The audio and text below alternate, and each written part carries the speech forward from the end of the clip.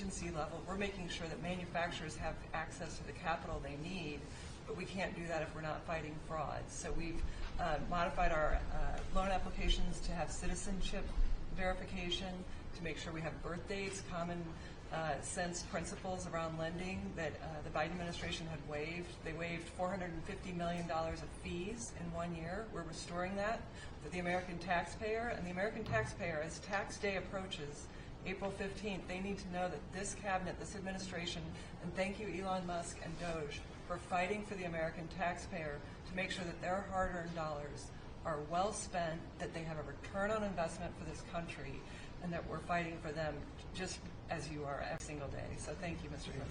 Thank you very much. Mr. President, we are working at HHS to advance your agenda to make America healthy again.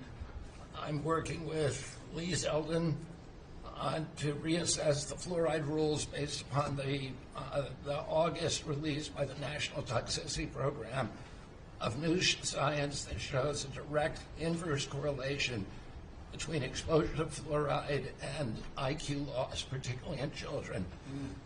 Lee and I were in Utah this week, to announce that Utah became the first state in the country to ban supplemental fluoride. I'm working with Brooke on, and governors now in 24 states who are advancing MAHA legislation to get soda pops off of the food stamp program, off the SNAP program.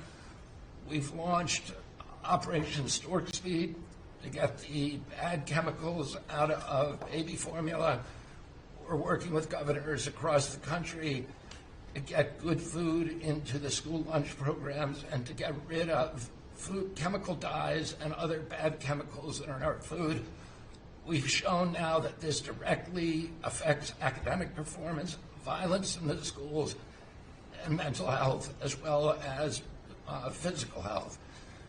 We are working with governors across the country to get cell-to-cell or bell-to-bell legislation to restrict the use of cell phones in schools, which again dramatically impacts academic performance.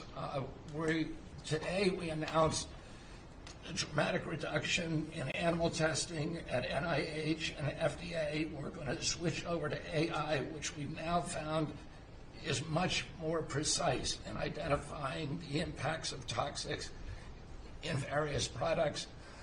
We're working with Elon, who's done an incredible job to eliminate the redundancies and to streamline operations at all the health agencies and to recalibrate our trajectory to your agenda of making America healthy again.